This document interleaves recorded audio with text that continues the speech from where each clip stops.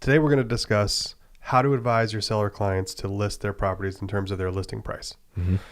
In the last 10 or 11 years, for me anyway, I don't think it's ever been any harder to calculate market value and accurate listing prices than it is today. Mm-hmm. Every market is different. So I can only speak to the market that I work in, that we work in. But in our market, in the entire county of Midland with 45,000 people, give or take, there's only 40 or 50 listings for sale in the entire county. Mm-hmm. It's crazy. Yeah. It's nuts. The inventory is non-existent. Mm-hmm. So how do you advise a seller to list their property when you don't have sold comps enough to really justify it the way you used to?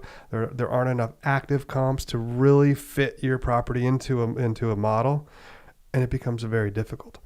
It's difficult anyway. It's really difficult for a new agent, but for a 10-year agent, it's still difficult. So if you're listening to this, I want you to know every time I get a listing opportunity and I have to value the property, I have to go through a process too. It's not a skill that you just learn and then that's it. And one of the reasons why that's the case, so that should make a new agent feel good, is because the market is constantly shifting and changing. Right. And you have new information to analyze every day. Mm-hmm. So let's come up with a way to help our sellers understand how to value their listings. And then most importantly to me, as the modern agent here in this discussion, is I want to show you how to consult with the seller and how to end your analysis and your advice in such a way that no matter what happens, you did the right thing and they're happy with you. Because half of the result of the transaction has to do with how they feel you did rather than how you actually did. Right. That's a big point. And more generally speaking to my sellers listening now is I want you to understand that I don't know the answer and you don't know the answer. It's impossible to know accurately to the penny. Mm-hmm. So what we need to do is understand what could happen based on the decision that we make so that when one of two or three things happen, we're ready and we knew that those were possible contingencies that could happen. Mm-hmm. Does that make sense? That's how you create a good experience when you're uncertain about the price. Right. That's important. So the first thing that I do, first of all, I always do these appointments, and I had a couple this week, and I had one recently that I can tell you the answer because I know what happened. She came in and she said, "Hey, I have a house. It's less than a mile from your office. I need to sell it. I'd like you to tell me what it's worth. I heard good things about you, and I want to give you an opportunity to do this for me." I said, "Great, thank you. When can we get together? How about today?" You know me. I'm always going from lead to appointment. Yeah. Quick. But anyway, I set an appointment with her. She came in. She said, "Here's the deal. We bought this property last year for $240,000. And I said, "Oh, wow. Okay." I said, "What do you think it's worth?" She looked at me. She goes, "Well, I bought it last year for $240,000, but I guess I don't know what it's worth." And I said, "Well, good. Neither do I. Let's figure it out together." Now, a couple of years ago, I would have said, "Oh, well, it's worth $240,000 plus about 3%. So let's calculate, it's about $260, $250, something like that." But nowadays, you just don't know. And she said, "Well, I know that the market's way up." And I said, you bet it is. It's a great time to be selling. This is going to be an exciting outcome for you. We're going to do a great job and it's going to be great. But what does that look like? Because now I got to do a couple things as the listing agent here. I have to sell my service. She doesn't know me. She hasn't even hired me yet. But also, assuming that she's going to hire me because I'm doing a great job and I got to get the price right for her. Right. Because if I get the price wrong, I leave money on the table for my client. And that's not what you want to do as the modern agent. You want to maximize your client's return, right, and get, be valuable for what you're charging on the commission and all those things. But the truth is, it's very difficult to know what a property is worth today that sold 12 months or 15 months ago for $240. Now, it's not as easy as it sounds. Why? Well, because everything is just not cut and dry and black and white in life. For one thing, you have a data point. You know what she bought it for, but you don't know if she overpaid. You don't know if she underpaid. You don't know what the condition was when she bought it. You don't know a lot of factors that come into that. All you know is one little data point. Now, having data points is very, very helpful for partial information decisions, which is what you're making, just like in poker. Any data point you can have helps you make a good, informed decision. So you know what she bought it for. And as a modern agent, one of the first things you do when you analyze a piece of property is you go to try to find past sale transactions. You see what what the property has traded for in the past. Right. Now, again, that isn't necessarily indicative of value today, but it's a data point to help you. Right. If you see 3 sale prices on a property in the $200,000 range in the last 10 years, you know it's probably not a $600,000 home. Right. Right? So at least it gives you some perspective to start. What I don't want you to do is I don't want you to go past the fine.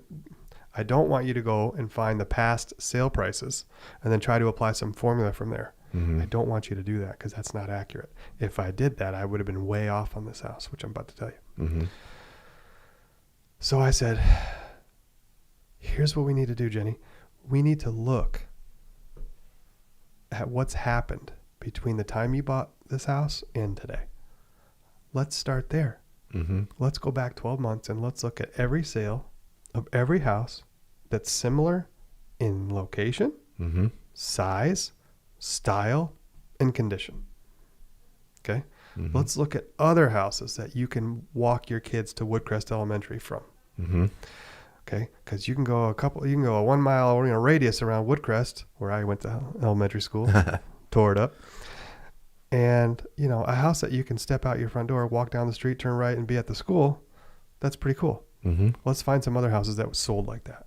So what I'm doing is I'm trying to help her understand that I want to find comps. Mm-hmm. I'm describing what a comp is. A comp is a comparable house that's similar in location, condition, style, things like that, and sale price recency. Mm-hmm. The recency of the sale price is more important now than it's ever been. Right. Because we're in a drastically improving market at the moment. Mm-hmm. So if a market improves 12% per year, it means that it improves 1% per month, which means that if you have a comp that closed 1 month ago, Mm-hmm. and you have a comp that sold 12 months ago, you have to account for that. Right. You can't just average those two comps and say that's the value. Right. You have to say, okay, well, that one sold in 2021 in January for $250,000. This one sold in December of 2021 for $280,000. Mm-hmm. Where does that put us today in February of 2022 if we're identical to both of those? Mm-hmm. You see what I'm saying? Yep. If you average those two and apply that formula to your house today, you're going to be way wrong. Mm-hmm. And then it goes the same way if the market goes down as well. It's the same concept. Mm-hmm. But right now we're in an improving market, so we have to be aware of that. Right. You have to be aware of that. You have to look at the dates of the closing sales of your comps and account for those differences. And one of the ways to do it is quantifiable, but the other way to do it is just anecdotal. Mm-hmm. So you say, Jenny, here's what we have. I've found 7 comps that I think are really good data points for us to analyze. This one right here was 3 houses down from your house. It sold 11 months ago for $250,000.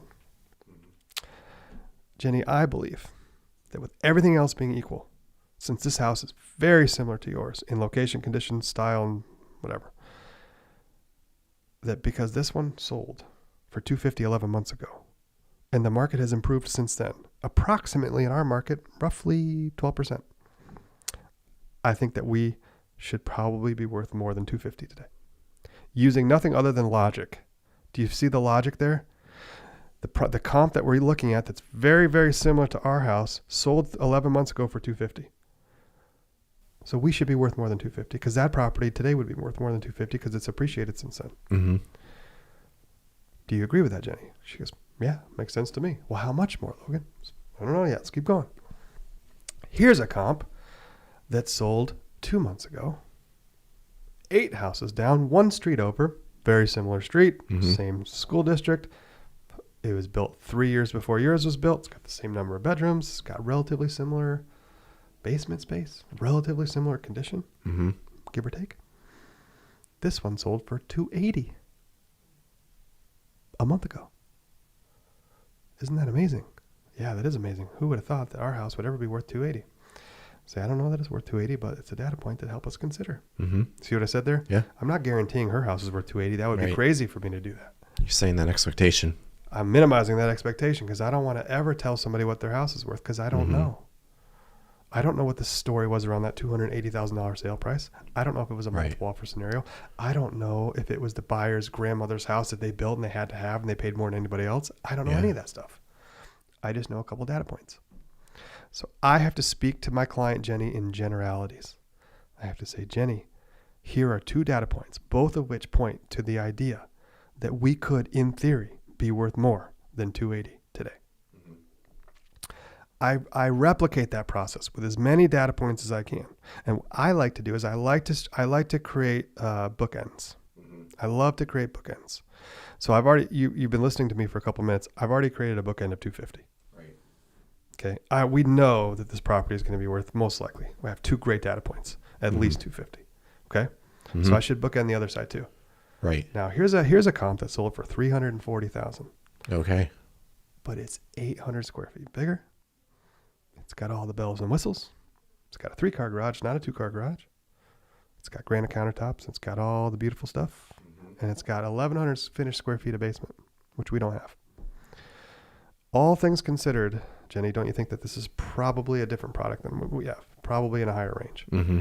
Yeah, I can see that for sure. No problem. And it's not offensive. It's just different product. See, I said different product. Yeah. I didn't say this house is nicer than your house. Right. Because when you comp a house that's nicer than the subject property's house, you don't say it's nicer. You say it's a different product because you're hurting somebody's feelings if you say that.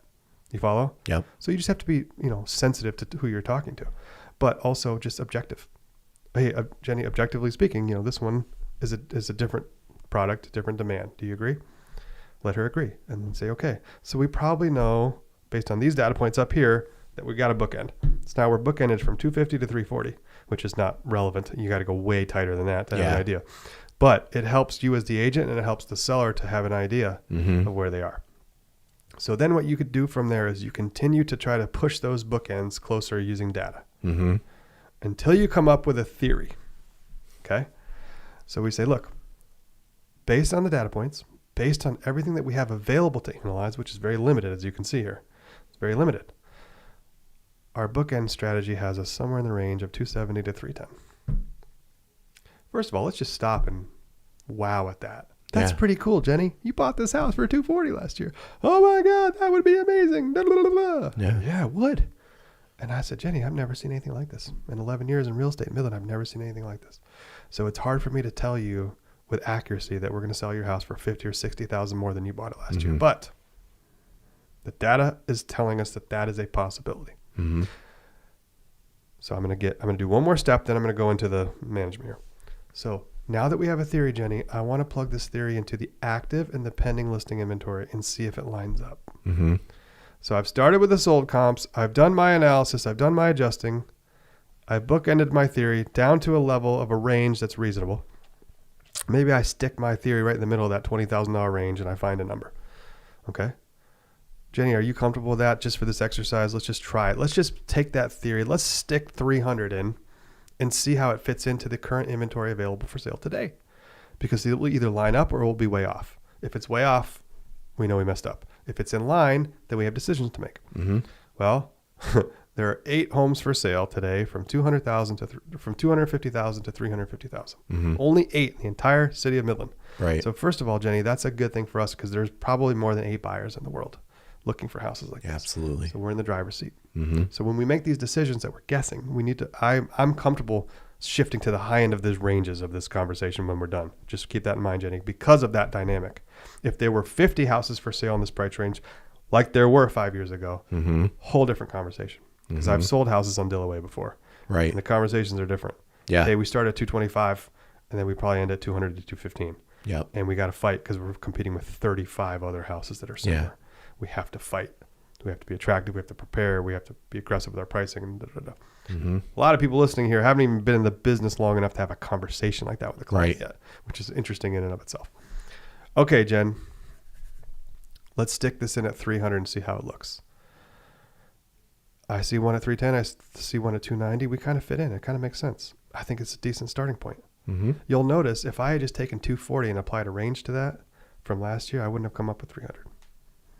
Because 300,000 is 60,000 more than 240,000. 60,000 is 25% of 240,000. So if I had said, Jenny, I'll make this real easy for you. You bought it for 240. Market's up 12% by then. Let's add 12% to your 240. That's another 30,000. We'll list for 270. That would have been a major error. Yeah. That would have been an average agent move. Yeah. You can't do that. You can't just take your average appreciation in your market, apply it to a formula to your client's past sale price and think you're going to be right. Because those are averages. Some properties have appreciated by more than 12%. Some properties have not. Right. It depends on the price range. It depends on the price range, the condition, the location, all kinds of different. It depends on the type of year. It depends on getting lucky with who's in the market at the time. It depends on what else is for sale in your market at that particular time. There are hundreds of variables that change. You can't just apply that. Right. So I'm glad I didn't because I would have left $30,000 on the table. All right. So here's where we get into that last part. In my opinion, the most important part of the conversation. It's the client expectation management.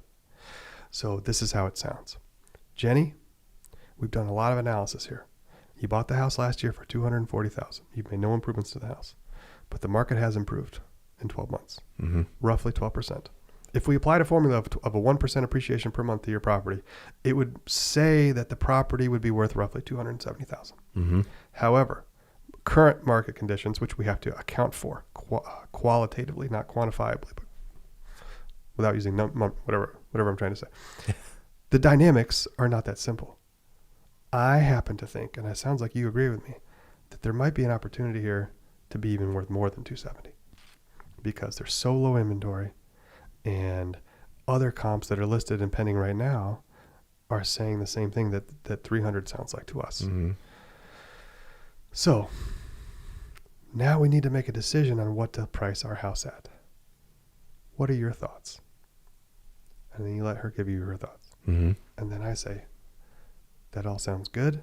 My thoughts are, I think that 300 is most likely, probably, on the higher end of the price range of the value of this house. Simply because you bought it last year for $240,000, and that's talking about a 25% increase in a year. But that being said, that's very uncommon, Jenny. It's almost unheard of. Okay, houses just don't appreciate 25% in a year very much. But because of the current market conditions, and because of the inventory being so low to compare it with and compete with, I, as your agent, am comfortable pushing it to 300 and finding out what happens. Pause. Let's you and I talk for a minute. You'll notice in that little role play, I didn't say what we would get or what we wouldn't get. Right. Because I don't know. And if I say you're crazy to go at 300 and then we get 300, I look stupid. Right. If I say I guarantee we're going to get 300 and then we don't get 300, I look stupid. And I just said this earlier in the episode, half of your job is to help your clients feel like you did a good job no matter what. Because if you sell it for 300 and you feel like they might feel like you let them down, or if you don't sell it for 300, they're going to feel like you let them down. You know what I mean? Yeah. So what you need to do instead is you need to lay it out in a way where you're on the team, which you are, and you're saying, look, I want to get the most the house can be worth for you too. That's part of what you're hiring for. That's part of why you're paying all these expensive commissions that's part of my job. But just the truth of the matter is just like all the other 250 agents in Midland, nobody knows for sure what something's worth until you roll it out. So here's the beauty of this. I'm comfortable rolling out at 300 if you are. And I'll tell you what, if we roll out at 300, one of two things will happen. So I want to discuss those with you now so that you and I are prepared for either contingency. And we have a plan already in place, or at least we're starting to think now about what could happen and what we will do, how we will respond when one of the two contingencies actually takes place. Because this is what will happen. 300,000 will either be too high or too low or just right. I guess that's three things. And this is the same. You guys can use this script with every seller you talk to. When we make a decision on what to price the house, it will either be too high, too low, or just right. Just like the porridge. Right. All right. Now, that's okay. Jenny, it's okay that we don't know the answer. I understand that we'd like to know the answer, but I just don't know. I can't. The market changes too much, and there are too many variables for me to tell you with certainty what your house will sell for. I just can't. The market will help us to understand that. But what we've done here, I think, is pretty solid. We've done some good, quantifiable, logical analysis of what we think the property should be worth. And now we're making a strategic pricing decision whether or not to list it on the low end of that range or the high end of that range. And because of current market conditions, I'm comfortable advising you to list it on the higher end of the range. So let's do that. But when we list it on the higher end of the range, see how I say higher end of the range? Yeah. Because I could still be too low. I could still be too high. I'm mitigating all the certainty because it's not there, and I'm hedging it through my through the words I'm using, the generalities I'm using, ranges, higher end, lower end, less likely, more likely, because I just don't know. And I don't want her to think I know when I don't. I don't want her to have an expectation that isn't met because that's not fair to her. And it creates an experience that she didn't have a great experience with me because I let her down. If we start out at 300 and we were too high, the market will tell us very soon. Because the average days on market, Jenny, in Midland right now is about 13 days, whatever it is. If we go 13 days and we haven't had an offer, I think we could both agree that we're probably on the higher end of the range. Mm-hmm. We might have missed it too high. It's very simple. Make a price correction. We move it down to 290, 295, and we reevaluate. Mm-hmm. Well, what happens if we do that, Logan? Doesn't that mean that something people will think something is wrong with the house? No, that's a misconception, Jenny. Mm-hmm. Market value is an amazing thing. When you drop a house from 300 to 290 and it was worth 290 to begin with, it sells at 290. Yeah. That's what happens. And plus, by the way, it's the only thing you can control. Mm-hmm. You can't control anything else if you list too high. Right. And well, sometimes they say, well, won't people lowball me? Jenny, no. In a seller's market, buyers don't lowball. What they do is they see more value in a competing property. Mm-hmm. So if you're overpriced at 300 and they see another house that's really, really beautiful, it's the same kind of house and it's listed for 290, they go buy the 290 house because they see more value in it. Mm-hmm. And because their agent, who isn't thinking, usually says, well, that seller would never accept $10,000 under their listing price in this market, so we shouldn't even try. So there's all these headwinds against being too high in the market. Mm-hmm. And those are two objections I just overcame for you as the modern agent. You can use those objections to and that confidence to say, look, if you're too high, you're too high. You got to drop it. Dropping it works. Right. So in other words, that 1 cup of porridge was too hot, too high. If it's too high, we will know that because we won't get offers. We won't get a lot of showings, and we'll get feedback that says it's too high, or we'll get feedback that says there's something wrong with the condition.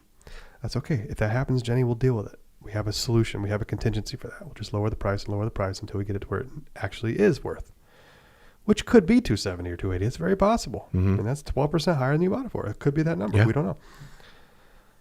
Or if for some crazy reason, 300,000 was actually too low, guess what? The market will correct us there too. Do you know how? No, I'm not sure, Logan. I know exactly how. This is how it will happen. If 300,000 ends up being less than the current market value, which by the way would have been 25% more than you bought it for last year, so it's not super likely, but it's possible. Yeah. The market will tell us, and we'll get 3, 4, 5 showings. We'll get 3, 4, 5 offers, and then the nice thing is you have a professional negotiator in your corner now. You and I together will drive the value of those offers up to whatever the true market value was, and we will get it. I guarantee you that.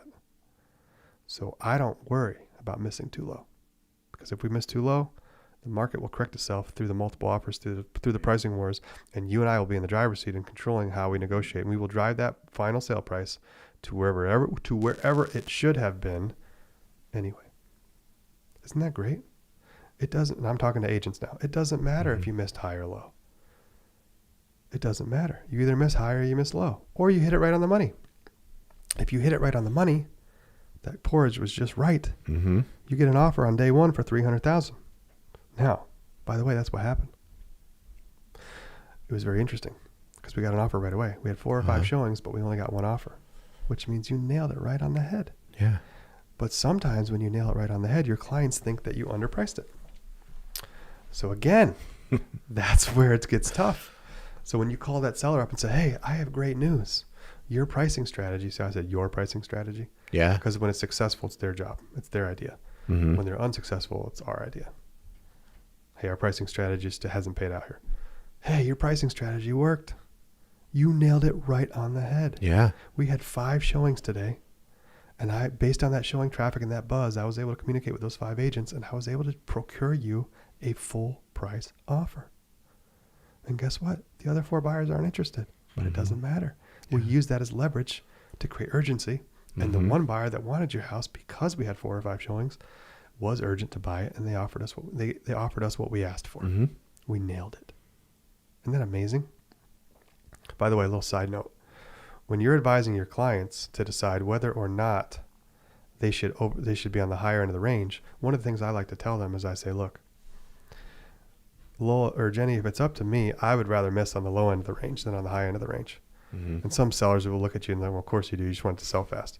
But that's not what I mean.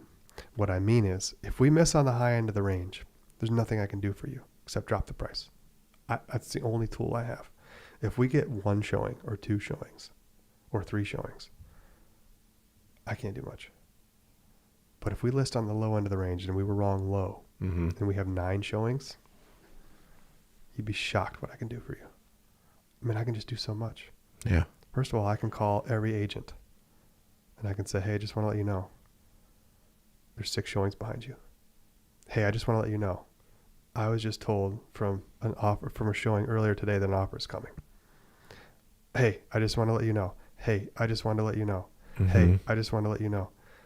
I can do the things that I can do to generate activity, to generate buzz, to generate urgency, and to procure offers, because I have so many moves I can make, so many tools I can move. And I'll give you just an example that has less to do with me as a talented agent.